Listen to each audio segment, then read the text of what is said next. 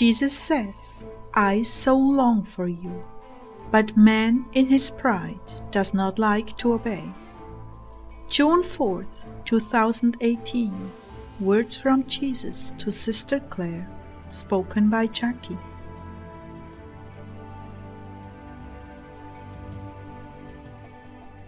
Jesus began, My precious family of Heartdwellers, indeed I love to dwell with you in your hearts, and those who do not yet understand what that is, it is the prayer of worship and delight you take in my presence.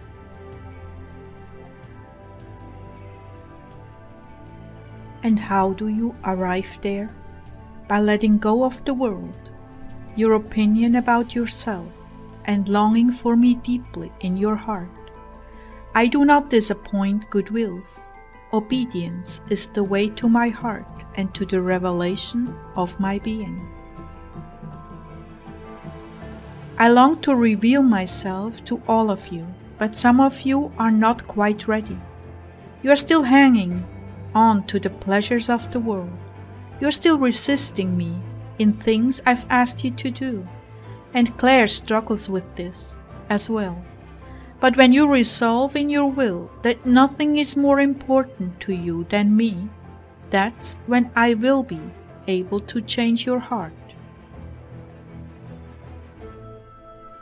Ask for this, Lord, change my heart, so that you are the only thing important to me.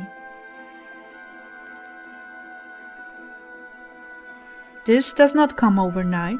For most, it is a journey of letting go of the world and embracing what you think will please me.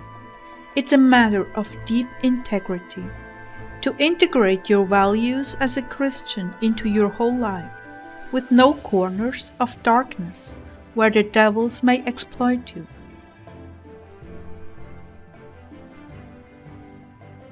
It is when you give permission to the little things against what you imagine my will to be for you, that the enemy gets a toehold inside the door to your heart. When the door is barred, he cannot even begin to gain entrance into your heart. So he works on you, playing you, feeding you permissions to do what I would not have you do.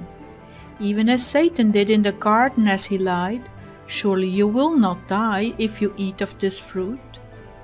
Yes, he talked Eve into doing what she knew was wrong, and look at what it cost them.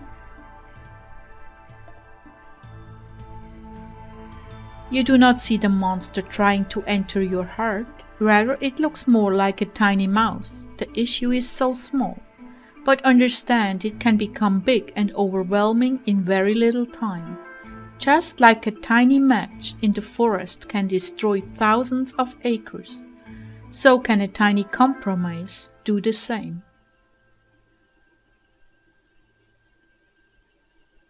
I'm repeating myself because I long to have intimate fellowship with you all, and it hurts my heart just as much as it hurts yours when we are not communing together. Oh, how I miss you, my precious ones. This is why obedience to the little things is so important. It takes you from one rung on the ladder to the next and the next and the next. And pretty soon you are in my arms and we are having that sweet time of fellowship we have both longed for.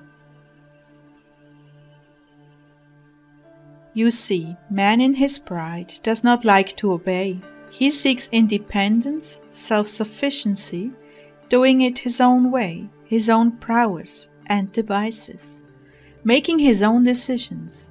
But in my world, it is the little ones who seek dependence on me, trusting me. They find completeness in me and leave the prowess up to me in dealing with the world and the devil.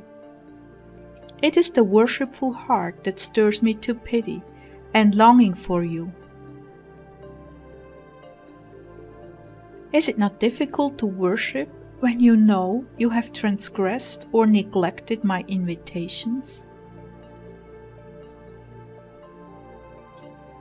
I do not expect you to be perfect. just long to be perfect for me. This moves my heart. Selfishness pushes me away, and I must make you through a series of lessons to learn how important selflessness is.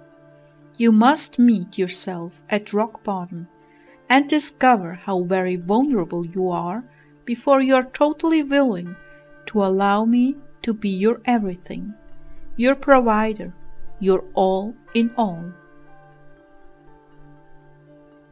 And work with all your strength to resist the temptations and allurements of the world, and to work with all your strength to do the things that I've asked you to do, that I hinted you to do, things that you don't want to do because of a hurtful past or difficulty in your environment, things you just don't want to do, but yet you know deep down inside I want you to do them.